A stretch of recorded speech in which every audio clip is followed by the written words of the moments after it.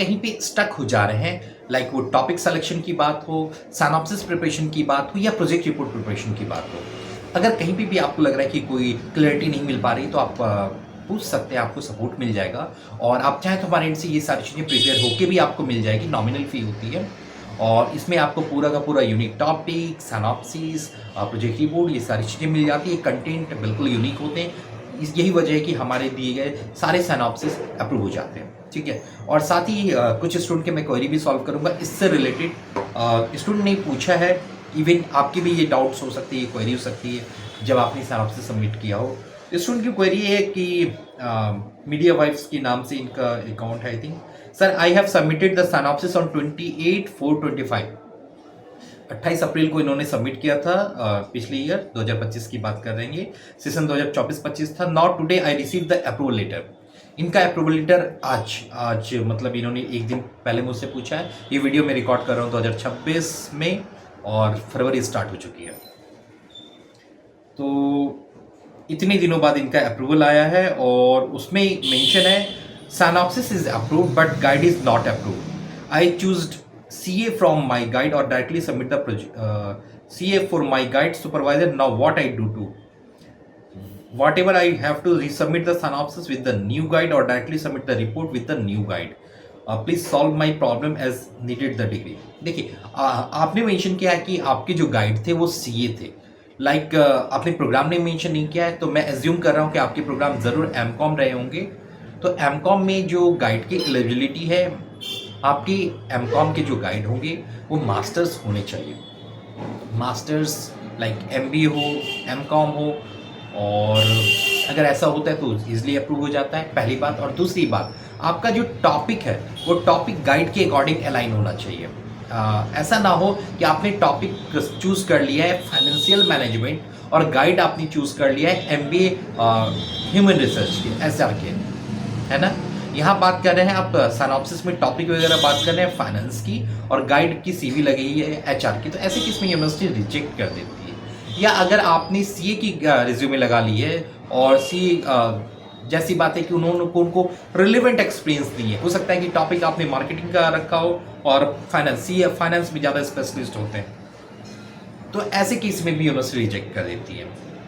हालांकि university guideline के according आपके गाइड मास्टर्स होने चाहिए, लाइक MBA चूज़ कीजिए और या PhD चूज़ कीजिए, ये ज़्यादा बेटर रहेगा, या MCOM चूज़ कीजिए जिनको रिलेवेंट एक्सपीरियंस हो, ठीक है ना।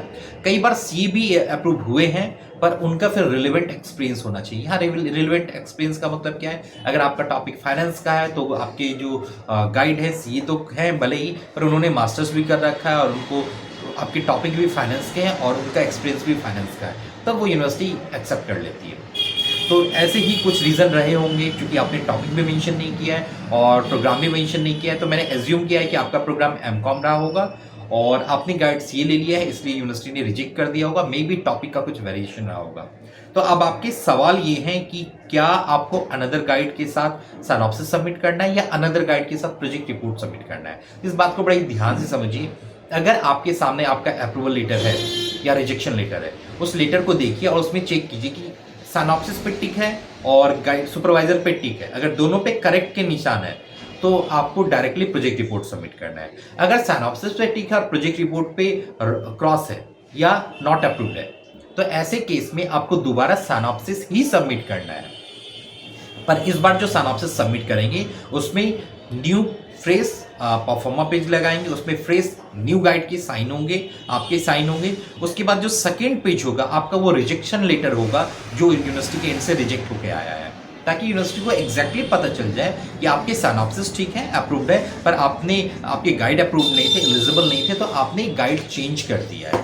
क्या दोबारा पुराने गाइड की CV लगाने की जरूरत है? आंसर है नो, दोबारा पुराने गाइड की लगाने की जरूरत नहीं है, पर आपको न्यू गाइड की जो आपने सेकेंड टाइम गाइड लिया है उनकी कंप्लीट डिटेल आपको फिर लगानी है। तो सीक्वेंस क्या रखना है आपको, पहला कवर पेज होगा, दूसरा आपका न्यू वाले सिनॉप्सिस परफॉर्मा पेज हो जाएंगे, थर्ड आपका रिजेक्शन लेटर हो जाएगा, फोर्थ आपकी वैसे तो सर्टिफिकेट ऑफ पॉजिटिव रिपोर्ट में लगती है पर आप चाहें तो यहाँ लगा सकते हैं, आपका रिपोर्ट सर्टिफिकेट ऑफ पॉजिटिविटी हो जाएगा, फिर गाइड के बायोडाटा उनके ID प्रूफ हो जाएंगे, फिर आपके स्टूडेंट के ID कार्ड हो जाएंगे और फिर सिनॉप्सिस होगी।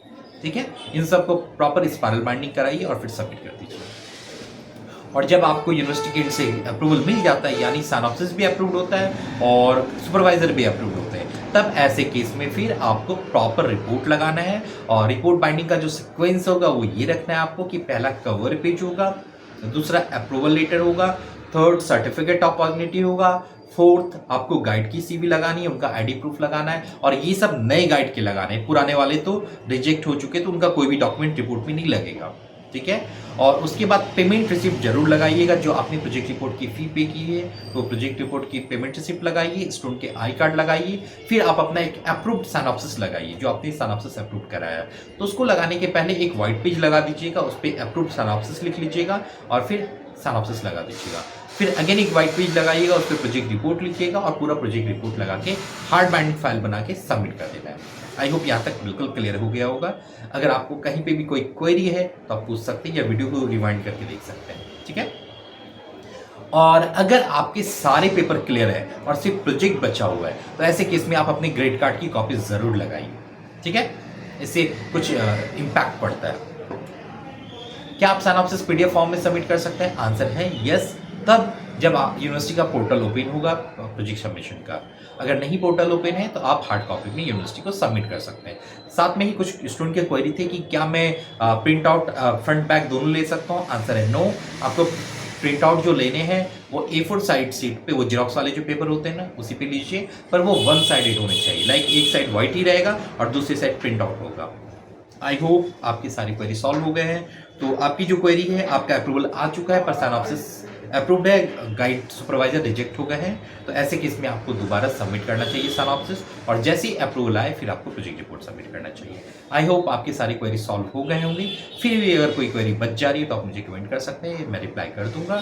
और अगर आपको इन चीज़ों की सपोर्ट चाहिए तो भी आप मुझे कॉन्टेक्ट कर सकते हैं। मैं आपको unique topic, synopsis, project report preparation इन सब में असिस्ट कर दूंगा, ठीक है। और फिर भी अगर कोई क्वेरी बच गई तो आप उससे पूछ लीजिए, मैं आंसर दे दूँगा। Okay, all the best, happy learning.